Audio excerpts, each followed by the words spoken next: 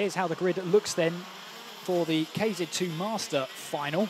It's Wesley de Waal on the front of the order with Glenn van der Herk starting alongside. Row 2 is Jonas Hansen Hardy and Nekke Berhenne. Row 3 will be Sebastian Coppenol and Bast Steen. Row 4 will be Anders Elkjær and Sam Ward. Row 5 will be Benno Ridder and Edgar Oosting. Row 6 will be William van der Kai. He's got a lot of work to do, sharing alongside with Niels Koster. 7th row of the grid is Niels Berler and Kevin Cohen. 8th row is William Klooster and Mark Verhaven. 9th row is Anton Gidding and Alexander Homerson. 10th row is Martin Versteeg and Alan Kenyon. And on the back row is Jerome Boss and Mick Bertram. Now, Jerome Boss struggled with the kart, not only in the pre-final, but in qualifying yesterday as well. He qualified all the way down the order and took an early retirement in the race in the pre-final. We'll look to see what he can do and what those gremlins have been ridded of for this race. If there's a race where Jerome Boss needs to pick up some big points, it needs to be this one. Mick Bertram is running at the back end of the grid. Of course, he was disqualified from the pre-final for a manipulation of the front fairing in the pre-final. So Mick Bertram, who is up in that championship battle, having to start from the back of the grid and also being disqualified from the pre-final as well. So hit with both barrels. However, drivers now make their way through in towards the final couple of corners now. A last minute heat into the brakes at the very least and into the rear tyres to help them launch off the line. One of 2 standing starts in our round of finals here today. Obviously the KZ2s as well will also be a standing start, but for the KZ2 Master, we see de Waal put some last-minute heat into the tyres and keep as much heat into tyres as possible, as now the waiting game for our front row of de Waal and van der Herk. It's that patient waiting game at the moment as the rest of the field form up behind. And once they do, and once they're ready, we'll see the green flag from the back of the grid to signify that we're ready to go racing. Green flag waves at the back then. Eyes on the lights for the drivers on the gantry. The red lights go on and they go out, and it's a launch off the line then for van der Herk. He takes the lead then through in towards the first corner and should be clear down towards the first hairpin as well. As what are the stars like through in towards the hairpin then. 2 abreast and 3 abreast in towards that first hairpin. Looks like everyone's made it out of that first hairpin without too much trouble. And as we make our way through, it was a launch off the line for van der Herk. Van der Herk took the lead then through in towards the first couple of corners, but it's always interesting to see how drivers react to the first few laps on a wet track that they haven't seen for a while, of course. As we make our way, our leaders then through in towards the flying left-hander. It is Van den Berg who leads the way, Van den Herk who leads the way as we head our way through in towards the final corner. He's got a bit of a lead already, a bit of a gap forming behind him, as second place there is the 126 Berhenne, and it's de Waal in third place then in the 123. So in these early stages, Wesley de Waal is down to third place, and there's battling to be done behind as well, as drivers try to settle in as much as they can for a 13-minute race with 2 extra laps added on. There we see that's the 189 then, that's Sam Ward. Sam Ward, who started this race in 8th place, and last time he went across the line he was in 4th, so mega start from Sam Ward there. Very much carved through the field in the first 2 laps. Van den Herk, a commanding lead right now. It was 1.5 seconds at the line last time around. As we make our way out of that final corner once again, we'll see what the gap is this time. It's 2 seconds, so another half a second from Van den Herk. He's gained on Berhenne. And as we make our way through the hairpin for the third time of asking, there is the 136, that's Bastien. And Bastien started in 6th place in this one. He's currently in 5th, so he's made progress up the order. I'm keen to see where those that had to start at the back of the grid are faring. I'm looking for Jerome Boss as well, but Jerome Boss at the line was at 16th place. So from 22nd, or at least 21st, he's managed to get a couple of positions to start with to begin this race. As that is the 190 there, struggling for grip. Jonas Hansen Hardy, who really lit up the rear tyres going through that left-hander. And that's not a place you really want to be slightly out of control of your car, with that gravel trap calling you on the outside there if you make a wrong move. But managed to keep it all under wraps. So there's a move down the inside there. And I think that would have been Bertram down the inside of the 134, as there's battles all behind as well. And if that is Bertram, Mick Bertram would have been up a position. Of course, Mick Bertram had to start from the back. So if that is Bertram making a move then for another position, he'll get himself into the top half of the table. There's the 194 running around the circuit. That's El Kaya, who's having to do a defensive job against Ersting at this stage of the race. As there's a look up the inside, but a decision against that move from the 124 of Edgar Ersting, as he's looking to try and put El Kaya under pressure in towards the hairpin we go. Again, a slightly deeper line taken there from, that's the 134. So that's Bertram there, who's now up into the top 10. And Bertram here looking for a move on Ersting now. Ersting taking the tighter inside line. Bertram having to go the long way around, but see if we can get a little bit of a better exit than El Kaya.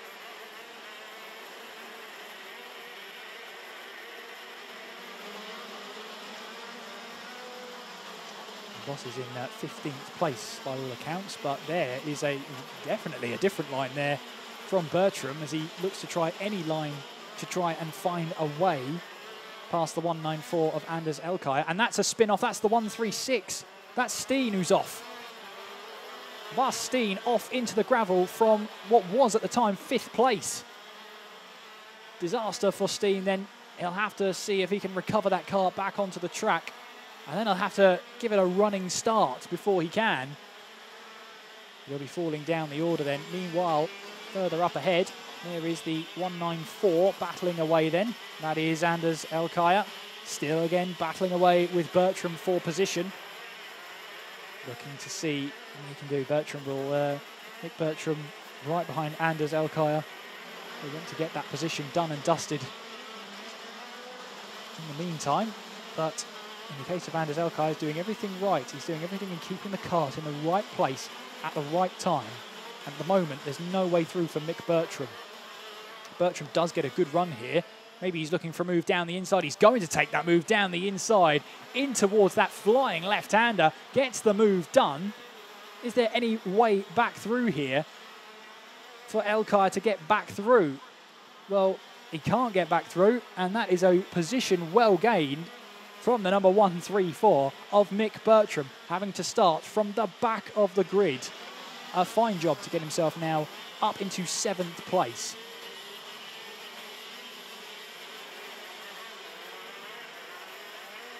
So Van den Herk leads the way then. Behene in 2nd place, De Vol in 3rd. Ersting there still under pressure from Van der Kay right behind. Yeah, that gap between them was about 0.3 of a second, maybe even less than that. There goes the 146 there of Alan Kenyon. Kenyon at the moment is in 16th place and trying to see what he can do to recover some positions. And as we see, Anders El Kaya in the 194 might come under a bit of pressure now from the likes of Ersting behind as we make our way across the line. Just over 6 minutes left of the race to run, with 2 additional laps added on.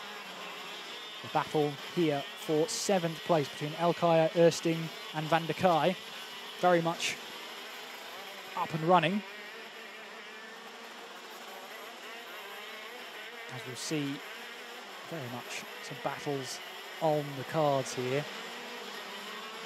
Alkaya managing to see if he can find a little bit of breathing room here, but Vandakai trying to get some battles on there as we make our way through that flying left-hander. Our leader just crosses the start-finish line, 5.5 minutes left on the clock. Van den Herk lapping in the high 55s at the moment. And that could be a move on further down the field in towards the hairpin we go. As we watch on with this battle, that looked like that was the 1-2-4 of Ersting, who might have had an issue on that last lap. Yeah, he's just set a 60-second lap time, so a bit of an issue for Ersting on that last lap. He's now having to try and find a way past Benno Ridder and have to go the long way around if he wants that move done. And as we make our way through towards the this sweeping S section, he has got that move done as Ersting. And in the 1-1-2, Ridder looking to see what he can do from this position. So Ersting didn't get the move done on Ridder. But we'll see as we make our way towards the left-hander here. We've already seen one move be done superbly here, but that's a mistake from Ridder, and that is going to allow Ersting to get all over the back of him now. Through in towards the hairpin we go. And that is also Alan Kenyon in the 1-4-6, also looking to try and join the fray in this battle. And that's the 104, getting the tail end all happy and squirrely there. William van der Kai, who is currently in 8th place. Looking to see what he can do from this position. He'll have a bit of work to do because he's got the likes of Costa right behind as well. And I say right behind as well. There is the 194, that's Anders Alkaya. Under pressure then from William van der Kai. So this is the battle for 7th place as they make their way onwards towards that flying left-hander.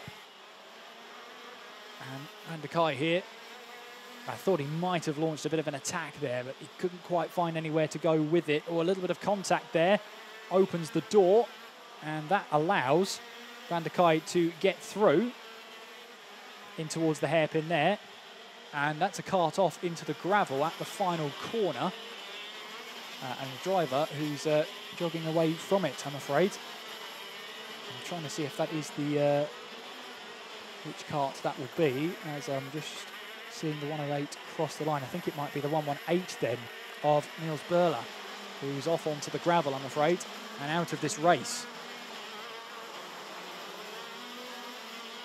There is the 194 then, Anders Alkaya. Trying to hold off the likes of Costa and Klöster. As yellow flags cover then in towards the left-hander. That is the, that's Berler's car, that's into the gravel there. And a potential move on here, as it still is the 1-2-2 of Niels Costa, seeing if he can find a move then. Heading down towards the hairpin, no way through this time around. And there's the 111 who's joined in on the action as well, William Klöster. As an attempt of a move up the inside then from the on the 194, I should say. Costa trying to see if he can get a move done, but he couldn't on that occasion. And all that's allowing as well is William Klöster in that 111 to close up. Maybe a tighter line there in towards the left-hander. And still covered by yellows is that penultimate, I would say, the braking point. I don't think we're braking too much going through there, the drivers, but they won't be able to overtake. And now, in towards the hairpin, we go back racing again. Just about 90 seconds on the clock, but look at that, a potential move around the outside then for Costa, but it didn't quite work. And it might cost him a position here to Klöster, who clatters the curbs to get up a position there. Klöster in the 111, runs deep in towards the hairpin, then that allows Costa to find a way to try and get away back through. And that's also the 1-2-4 of Ersting as well, trying to battle away as there's a little bit of a moment going through the left-hander there. And that, for one of those drivers, it's cost him a little bit dearly there. That might have been Ersting actually in the 1-2-4. So 1-2-4 hasn't passed through the picture just yet, so maybe a bit of a moment there for Erston.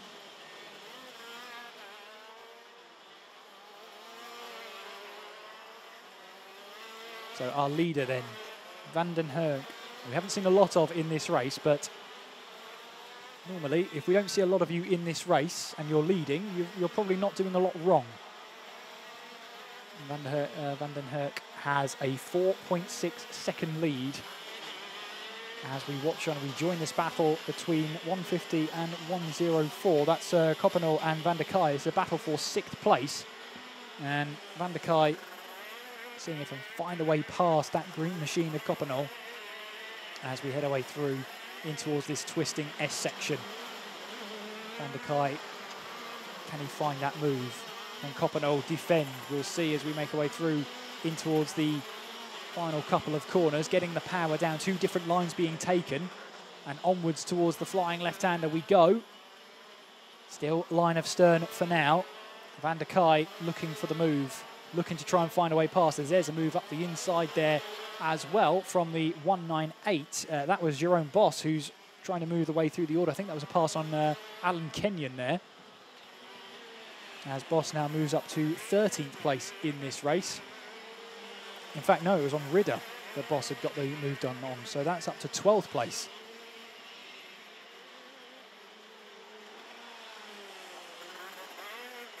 Battle still going on then for 6th place. Koppenol still ahead of Van der Kai. Elkaya as well, having to hold back from Costa and Klooster. Ersting as well has managed to find the back of this pack once again, but Boss not too far behind either, and he will be very keen and eager to make some moves towards the end of this race. We are on to the final lap of this race then, and it is Glenn Van den Herk in the 101 leading the way on this final lap of the race. He's 7.1 seconds clear of Berhene as he makes his way past halfway on this circuit. There he is, your race leader, and we haven't seen a lot of him in this race, but there's normally a good reason why. He's kept out of trouble, he's raced his own race, built the lead, and now he can make his way towards the line then, through in towards these final couple of corners then here for the KZ2 Master. It will be the 101, Glenn Van den Herk, who will power his way towards the line to take the checkered flag and the race victory in the final of the KZ2 Master. 2nd place will go the way of the 126 there of Neke Berhene, and the 123 there of Wesley Duvall taking 3rd place. Hanson Hardy finishes across the line in 4th. Bertram across the line in the 134 finishes in 5th place. That battle for 6th place goes the way of Sebastian Koppenol. Maybe a couple more laps for Van der Kai. Elkaya managed to hold off the likes of Klooster, Ersting and Costa and Boss to finish in 8th place. There's a good 5-kart scrap towards the end there of that race. And we just wait now for Kern and Steen to make their way to the checkered flag to finish 17th and 18th respectively. There goes Kern and there goes Steen to finish off as the last of those finishers. So to take a look then at our provisional results for the KZ2 Master Final, Glenn Van den Herk takes the race victory. Neke Berhene in 2nd place, Wesley Duvall in 3rd, Jonas Hansen Hardy in 4th place, with Mick Bertram from the back of the grid up to 5th place, Sebastian Koppenol in 6th, William Van der Kai in 7th, Anders Elkaya in 8th place, William Klooster in 9th place, Edgar Ersting rounding off the top 10, Niels Costa in 11th, Jerome Boss in 12th, Benno Ridder in 13th place, Alexander Homerson in 14th place, with Kenyon in 15th place, Verhaven in 16th, Cohen in 17th, and Steen rounding off our 18 finishes. Non-finishes there, Niels Berler, Anton Gidding, Sam Ward and Martin Versteeg, all not taking the checkered flag.